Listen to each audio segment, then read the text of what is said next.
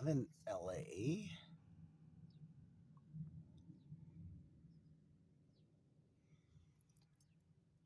It's morning. I'm gonna go start working. I had a great night last night. I was driving on February 14th. That was yesterday.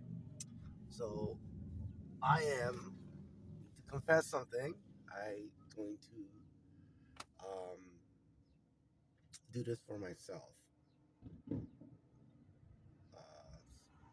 I had a great night. Okay, what happened? What happened? Okay, this is what happened. Um, I had some really good, great encounters. Took off the headphones, which I always wear now, and not talk to the people because I end up like, you know, they tell me about their lives, and I end up like meeting like a great friend, but I'm like I can't be friends with everybody, so like you know start putting headphones on and just listening to my books and stuff. So, this is what happened February 14th, 2025. Today is February 15th.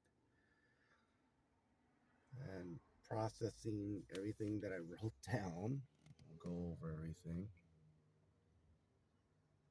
of what occurred. So, February 14th is a big day for me because I was supposed to meet somebody, and this is a couple years ago. But I was going like, no, I'm gonna be working. So she was upset. And then, oddly enough, the next day, February 15th, I end up driving down to San Diego, and this beautiful blonde cowgirl just walks up to me. And that's Shara. And I never talked to the other girl again. And I was talking to Shara about her, and I was like, I think she would hate me. Like I just never called her again. But she'd ask me to come over all the time, a couple times, several times. So it was like, okay, that was that. Like a turning point. I'm supposed to meet with one person, but then another. I end up running into somebody else and I fall in love. I move in with her. That's February 14th, 15th. I appreciate you listening to this because I'm processing why this February is like just like traumatic in my brain. Um, my mom was born February 3rd, so it's kind of like when I'm dealing with February 3rd, it's challenging. She was born, she would have been turned 70 this year, February 3rd, her 70th birthday. My best friend at the time. Um, she comes talks to people I know, which is kind of weird too, even though she transitioned. My three daughters are born in February. My Shihan born in February. There's all these the dates that they're born. I'm like, I'm kind of thinking about them. And of course, I met Shara February 15th, so it's always like a burning thing in my brain of the day we met. It's the anniversary of the day we met. It was like a magical day. Okay, so I'm trying to mind my own business. I'm gonna try to go work. I'm just gonna go try to work. I'm not trying to hit on anyone. I've been trying to have headphones on so I don't talk to anybody, any of that stuff. But and I'm listening to my audio books of Kevin Trudeau on his teachings of getting more enlightened and being more conscious, not just trying to be financially successful, but more conscious about the energies and spiritual things on spirituality too, which is very helpful. It goes into relationships, and of course, people want money and finances and riches and success and happiness, but it also relationships. He goes into that as well. So, just going through those books, not talking to anybody. I don't listen to music, even though I got a cool car. So, all right, this is what happened. February 14th. I start off. Good morning. I wake up. I clean up, talk to my therapist, doctor, um, and it was great. And through a session, what's been going on, which is fine. I'm going, okay, I gotta get to work, just work. It's February 14th. It's supposed to be a big day driving. It's supposed to have bonuses.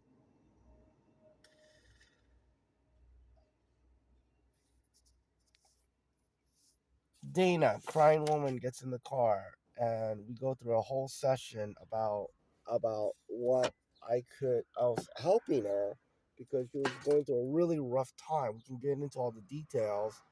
She's not a client, so I guess I could talk about her.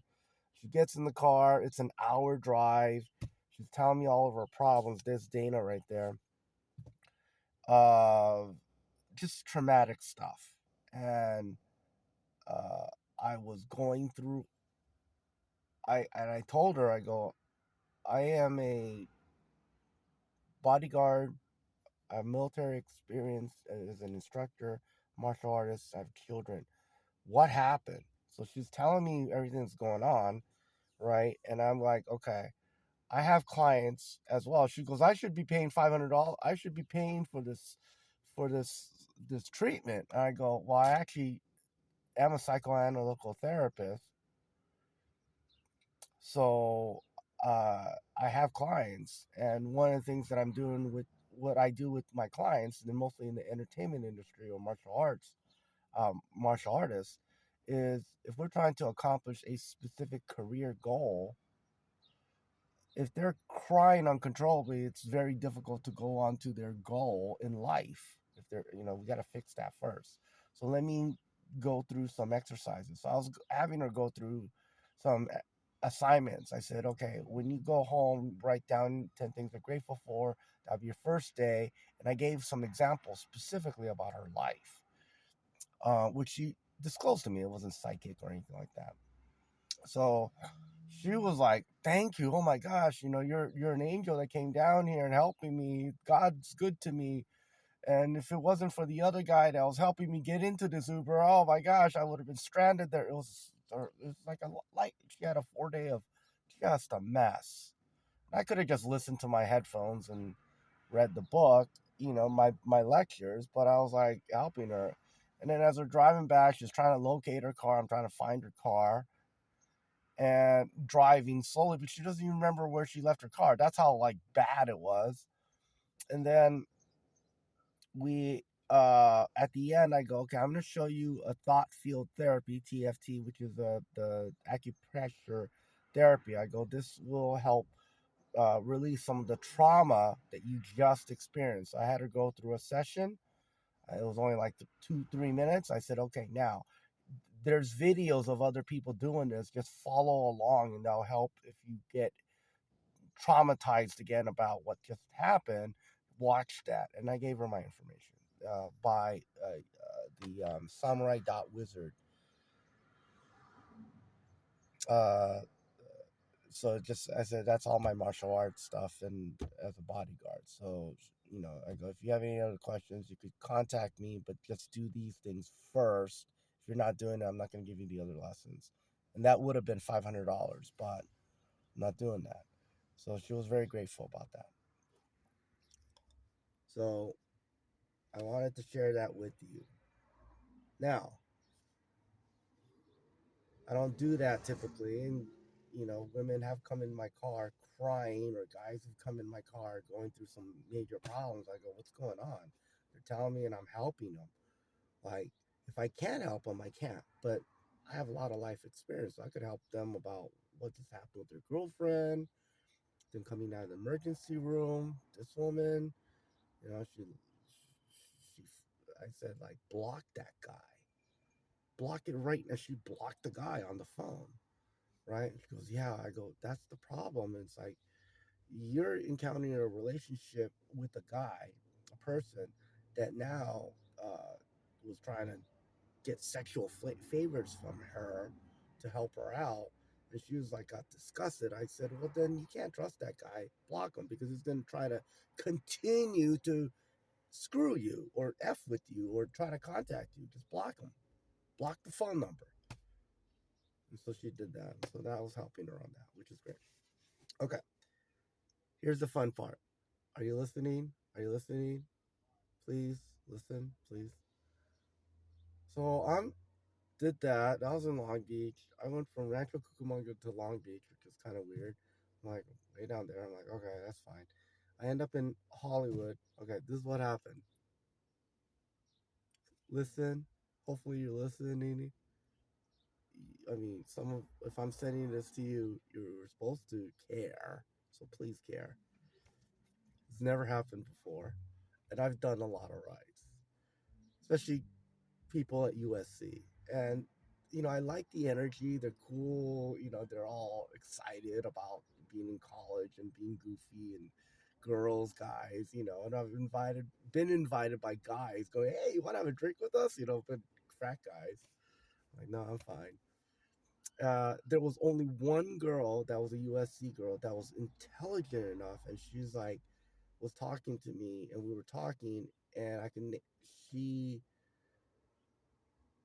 I can name her favorite books that she was reading, and she was 26. I'm sorry, 24.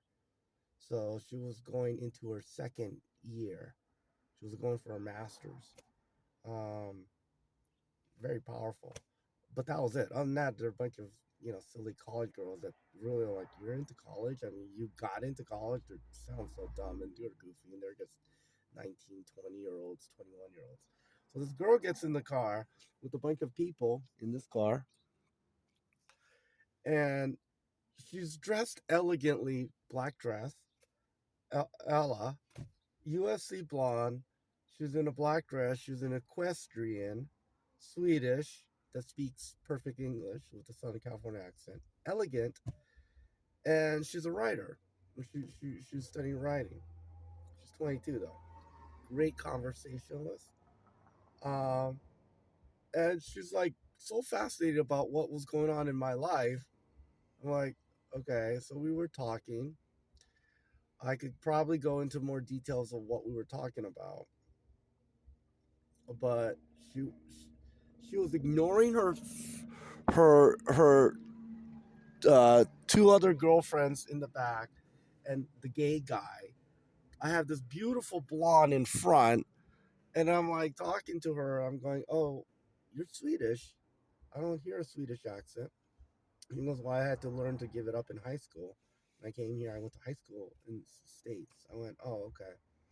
And then I said, "Well, this is not my regular accent. This is a Southern California accent. I have a Texas accent." So I went into my Texas accent. She goes, "Yeah, the girl behind us is from Tennessee." I go, "Yeah, it's the only 10 I see."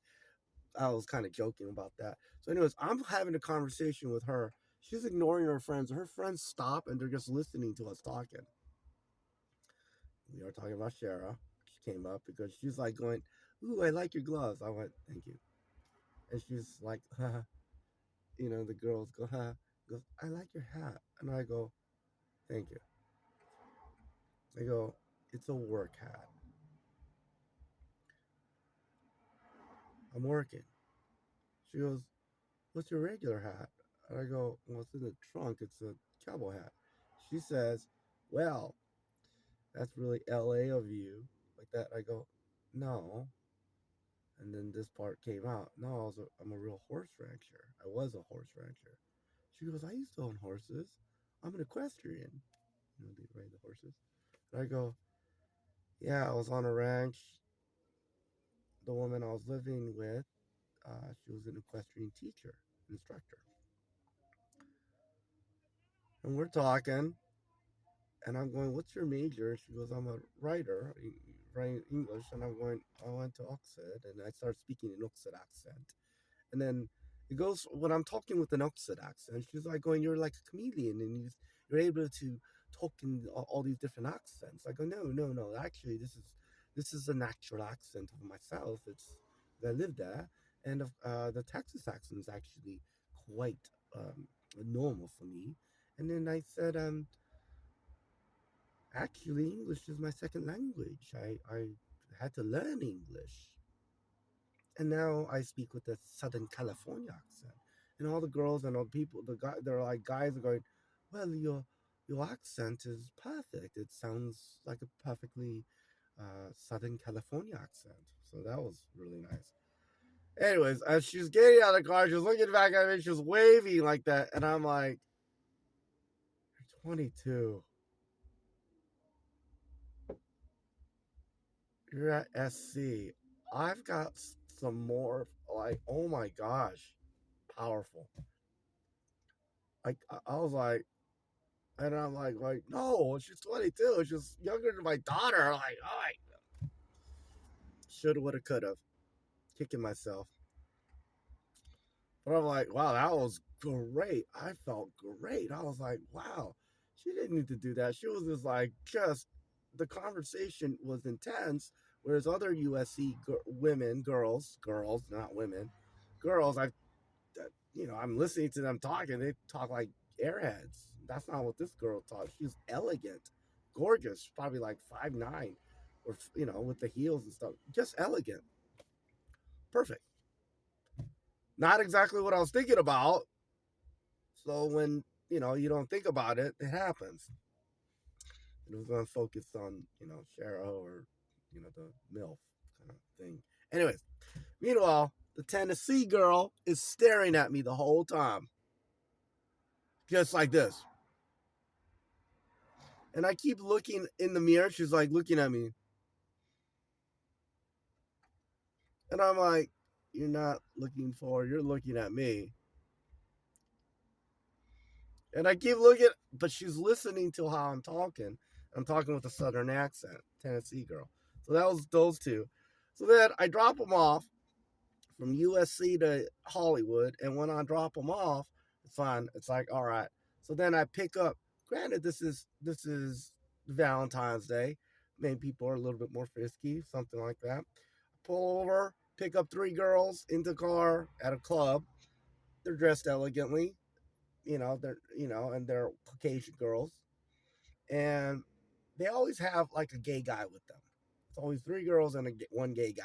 So same thing, three girls, one gay guy. The other party, actually, this was four girls. There were three girls in the back, one gay guy, one woman in the front. It goes, it was a short trip, and they go, "How's your night going?" And I go, "Well, I just kind of had a great moment with this one girl. I was getting hit on." Right. So they're like, "Oh, wow." And I go, "What happened?" I go, "Well, she's a little too young, so didn't do anything. She's from USC." He goes, "Well, we're from USC too." So I'm like, "Yeah." How old was she? And I go, "She was 22." And I goes, "Well, how old are you?" That's what they asked. And I go, and I turn the light on and I go, "How old am I?" They go, 35. I go, "Oh, yeah, I was a little older than I used to." They go, "How old are you?" I go, 50. Okay. Before I said that, the three girls go, well, yeah, she's a little too young. That's not gonna be good. I don't want to, that's not good. So I was like going like that, and then the three girls in the back. There's three girls in the back and one gay guy. So there's four people, which we're not supposed to do. The three girls go, well, we'll take you. We'll take you like that, and I'm like, that's flattering. That was kind of cute. Three girls. One was an 8 or a 9, and then the other two were probably 6s. By the way, that blonde girl, she looked like a 10, a 9 or a 10. That gorgeous, elegant. So I have an 8 back there, gorgeous by the way, just out, but Persian looking. And they're like, "We'll take you," and then it goes like, "How old are you?" I go, 50. They're like, "No way, 50? No way, you're really?" And they're all into that. And then they go like this. Well, I'll take a 50-year-old. I'll take it too. I'm okay with that. And I went, ha, ha, ha. That's like the girls that are into the older guys kind of thing. Ha, ha, ha, ha. Driving up, pulling them up. So that was it was a nice compliment. Are you still listening to this? I appreciate you're listening to. I know it's a long story. I'm doing this for myself because otherwise it becomes a tall tale. And I wrote it down, those three girls. We want you. I'm 50. And I go, I'm okay with that. I'm ready. Smiles as I'm getting him out of the car. I'm like, wow. And they look gorgeous, gorgeous girls.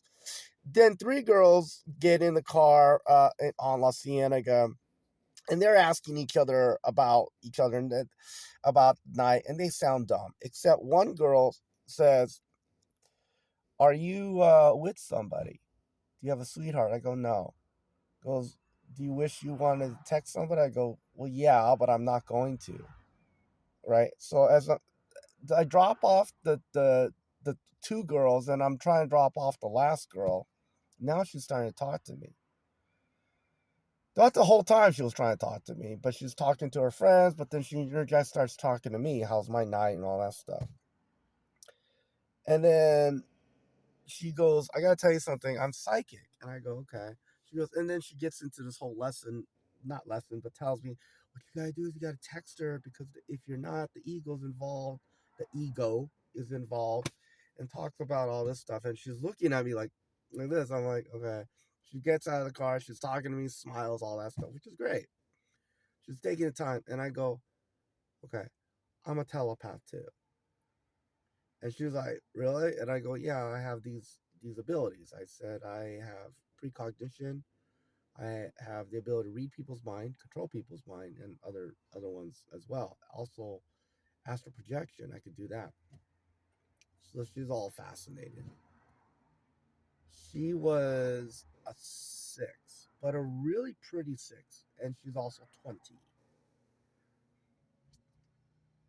And I could have exchanged information with her, but I'm like, at that moment, I freeze up. And I wasn't trying to do that, and it was completely got me at a left field. It wasn't something I was expecting or trying to go for. So all the hints and all the stuff she's telling me, she's like looking at me, like let the girl go or whatever. She she was talking about all the guys she met inside the club and hated them, like it was just like idiots. But she's so fascinated with me. And then as she's leaving, she's looking back like that. And I could have said, well, yeah, you're a psychic. And I talked about Shara. And I go, yeah, when Shara told me, she goes, I got to tell you something. I'm psychic. And I go, really? I had no idea. Of course, I told my parents already and told everyone about you. So, that was that shared moment. It was great. I had five women hit on me, not including the Tennessee girl that was just looking at me. That's looking. She was just staring at me. But definitely Ella, the first girl, didn't catch it. Kicking myself. I go, oh God, I met all these SC girls, and there was only two women that acted that way, and I'll never see her again, which sucks. But it's nice that when I wanted it or thought about it and then released it, it came, which is great. Um, the three girls that said we want you, they got that. Come on, and they confirmed it by saying, "Yeah, we want you." Like I'm laughing. He goes 150. Oh, I'm okay with that. Okay, that's confirmation. That's confirmation. And then the last girl out of the three girls, one girl pulled me aside and goes, I'm psychic, and started talking to me. And she was just ready to melt. That girl was like really throwing herself at me. And she was like, like her clothes was very revealing. I was like, oh, this is so wrong. I wasn't even thinking that because I'm into MILFs, not 20 year olds and 22-year-olds. But it just made me think that better. So, anyways, I had to share that. Thank you very much for listening. I'm gonna have to listen to this myself a couple times because that was the best Valentine's ever.